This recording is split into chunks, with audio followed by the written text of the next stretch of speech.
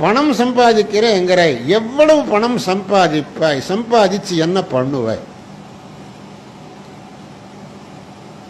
பணம் சம்பாதிக்கிறதுலே அலம்புத்தி யாருக்காவது வரதோ? போரும் அப்படின்னு சொல்லி யாருக்கும் வராது. ஏகோ வஷ்டி சதம் சதி தசசதம் லக்ஷம் சஹஸ்ராதிபா லக்ஷே சஹ க்ஷிதிபாலதாம் க்ஷிதிபதிர்வித்தே சதாம் வாஞ்சது. 10 ரூபாய் இருக்கிற போது 100 கிடைச்சா போரும்னு தோணும். 100 கிடைச்ச போது 1000 கிடைச்சா போரும்னு தோணும். 1000 கிடைச்ச போது 10,000, 10,000 கிடைச்சா லட்சம், லட்சம் கிடைச்சா கோடி, கோடி கிடைச்சா இன்னும் அதுக்கு மேலே. அதனால பணத்தில் திருப்திங்கிறது யாருக்கும் இருக்காது. ஆனால் அவ்வளவு சம்பாதிச்சு பண்ண போறது என்ன?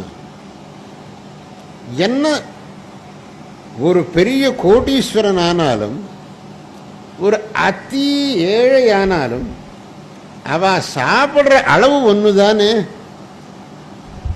கோடீஸ்வரன் தங்க கட்டிகள் சாப்பிடுவானா? அவங்ககிட்ட தங்க கட்டிகள் இருக்குன்னு அதையும் சாப்பிடுவானா? இல்லை இந்த ஏழையான மண்ணை சாப்பிடுவானா? அவனும் சாதம் தான் சாப்பிடுவான், இவனும் இவ்வளவு சாதம் தான் சாப்பிடுவான். அப்போ அவ்வளவெல்லாம் சேர்த்து வச்சு என்ன பிரயோஜனம்? சிலவா பணத்தை சேர்த்து வைப்பா, தான் அனுபவிக்கவும் மாட்டான், பிரத்தியானவனுக்கு தானமும் பண்ண மாட்டான். அவளை நாம் என்னான்னு சொல்றது? அவன் ஆஸ்திகனா நாஸ்திகனா? ஆஸ்திகனானால் தானம் பண்ணி செலவு பண்ணணும், நாஸ்திகனானால் தானாவது அனுபவிக்கணும். தானும் அனுபவிக்கிறதில்லை, பிரத்தியானவன் தானமும் பண்றதில்லை. ஆஸ்திக்யஞ்சே தனமகிலமப்யர்த்திசாத் கர்த்தும் அர்ஹம், நாஸ்திக்யஞ்சே ததபி போக விதையா அனுபவித்தது. ரெண்டும் பண்றது இல்லைன்னா இவன் யாருன்னு சொல்றதே நமக்கு தெரியலையே, இவன் ஆஸ்திகனா நாஸ்திகனான்னு சொல்லி. ஆனால் வாஸ்தவமா உனக்கு பணத்து மேல ஆசை இருந்தால்,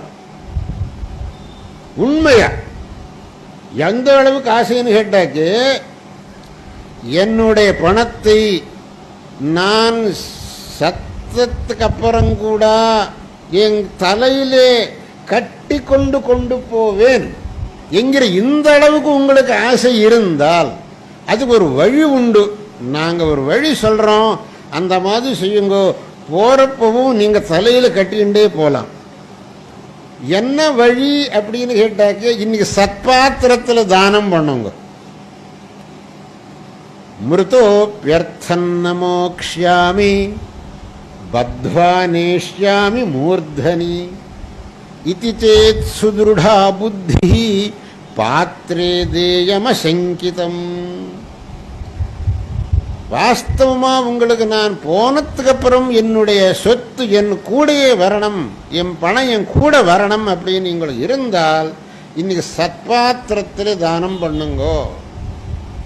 நல்ல வேதம் படித்தவர், நல்ல சாஸ்திரம் படித்தவர், நல்ல யோக்கியர், பகவத் பக்தர், ஏழை, இந்த மாதிரி சத்பாத்திரத்தில் தானம் பண்ணுங்க. பகவான் பகவத்கீதையில் சொன்ன மாதிரி தாத்தவ்யமிதி யத்தானம் தீயதேனுபகாரிணே தேசே காலே ச பாத்ரே ச தத்தானம் சாத்விகம் ஸ்மிருதம். தானம் பண்ணணும்ங்கிறது என்னுடைய கடமை. ஏன்னா பகவான் எனக்கு ஐஸ்வர்யம் கொடுத்திருக்கான். ஐஸ்வர்யம் கொடுத்திருக்கிற போது இப்போ நான் தானம் பண்ணாட்டி நான் ரொம்ப பாவி ஆயிடுவேன். அதனால என்னுடைய கடமை தானம் பண்றது. இந்த திருஷ்டியிலே தாராளமா தானம் பண்ணுங்க. யாராவது ஒரு நல்ல காரியம் பண்றோம்னு வந்தாக்கே தாராளமா தானம் பண்ணுங்க. ஒரு பையன் படிக்கிறேன்னு சொல்றான், ஏழையா இருக்கான், புத்திசாலியா இருக்கான், அவனை படிப்பியுங்கோ. ஒரு அன்னதானம்னு சொல்ற, அன்னதானத்துக்கு தானம் பண்ணுங்கோ. கோயில் கட்டுறவங்க வர்றா, தாராளமா தானம் பண்ணுங்கோ. ஆனா ஒருத்தர் கள்ள கொடுக்கிறேன் ரூபாய் கொடுங்கன்னு மட்டும் கொடுக்காது. அதுலேயும் விவேகம் வேணும். தேசே காலேச்ச பாத்திரேச்ச, அதுதான் பாத்திரேச்ச அப்படின்னு சொல்லணும். அபாத்திரத்தில் தானம் பண்ணக்கூடாது. அகாரியம் அதர்மம் பண்றேன் அப்படின்னு வந்தா அவனுக்கு நம்ம சப்போர்ட் பண்ணக்கூடாது. நீ செய்யக்கூடிய அதர்மத்துக்கு நான் சப்போர்ட் பண்ண மாட்டேன், நான் ஒன்றும் உனக்கு கொடுக்க மாட்டேன். நீ செய்யக்கூடிய நல்ல காரியத்துக்கு நான் என்ன வேணுமானாலும் சப்போர்ட் பண்ணுவேன். இந்த மாதிரி நாம் சத்பாத்திரத்தில் தானம் பண்ணினால் அதுதான் நிஜமா நம்ம கூட வரும். நாம் இந்த ஜென்மத்தில் எப்படி சுகமாக இருக்கோம்? போன ஜென்மத்தில் நிறைய தானம் பண்ணியிருக்கோம், நிறைய தர்மம் பண்ணியிருக்கோம், நல்ல காரியங்களை பண்ணியிருக்கோம். அதனால இந்த ஜென்மத்தில் சுகமாக இருக்கும். அது நன்றாக உணர்ந்து இப்பவும் அதை விட இன்னும் அதிகமாக தானம் தர்மம் பண்ணி அடுத்த ஜென்மத்தில் இன்னும் உத்தமமான ஸ்திதியை அடையணுங்கிற பாவம் நமக்கு வரணும். அப்போதான் நாம் விவேகி அப்படின்னு சொல்ல முடியும். அது இல்லாதக்கு நான் ஒருத்தனுக்கும் ஒன்றும் கொடுக்க மாட்டேன், ஒன்றும் செய்ய மாட்டேன் அப்படின்னு இருந்தால் இந்த சொத்து யாருக்காக? சாஸ்திரத்தில் ஒரு வார்த்தை சொல்லியிருக்கா, இந்த பணக்காரன் நிறைய சொத்து சேர்த்து சேர்த்து சேர்த்து வைக்கிறானே, வாஸ்தவமாக அவனுடையது தானே? அது கிடையாது, அவனுடையது கிடையாது. அது வேறு எவனுக்கோ போகிறது. இவன் காவல். பேங்க்கில் கோடிக்கணக்கான ரூபாய் இருக்கு, அதெல்லாம் மேனேஜருடையதா? காவலுக்கு தான் மேனேஜர் இருக்கார், அவருடைய ஒரு காசும் கிடையாது அதில். அதே மாதிரி தான் இவன் சமாச்சாரம். இவன் வாஸ்தவமாக யாருக்கு தானம் பண்ணுறானோ அது இவனுடையது, இவன் எது தான் அனுபவிக்கிறானோ அது இவனுடையது, மீது இவனுடையதில்லை. யத்ததாசி விசிஷ்டேபியோ யதஸ்னாசி தினே தினே தத்தே வித்தமஹம் மன்யே பரமன்யஸ்ய ரக்ஷசி. எது உன் கையால் தானம் பண்ணுறியோ, எது நீ அனுபவிக்கிறியோ அது மட்டும்தான் உண்மையா உன்னுடையது.